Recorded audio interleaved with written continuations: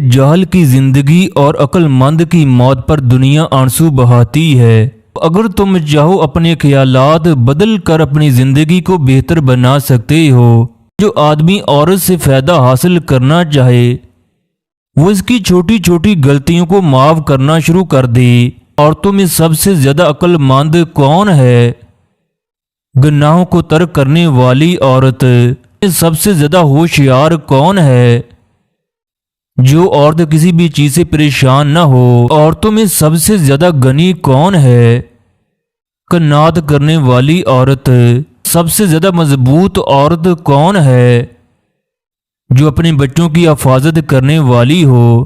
لقمان کی اپنی بیٹی کو نصیحتیں۔ اولاد کے سامنے اپنے خامند کی شکایت مت کرنا۔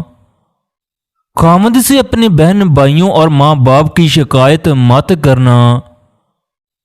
غیروں کے سامنے اپنی سہیلیوں کی شکایت مت کرنا۔ مہمانوں کو گھر سے رخصت کرنے کے بعد ان کی برائیاں مت کرنا۔ وہ عورت دنیا کی کامیاب ترین عورت ہے جس کی اولاد نیک ہو، کیونکہ اس نے دونوں جہانوں میں کامیابی حاصل کر لی۔ جس عورت کی اولاد بدکار ہو اس کی دنیا اور آخرت تباہ ہو گئی۔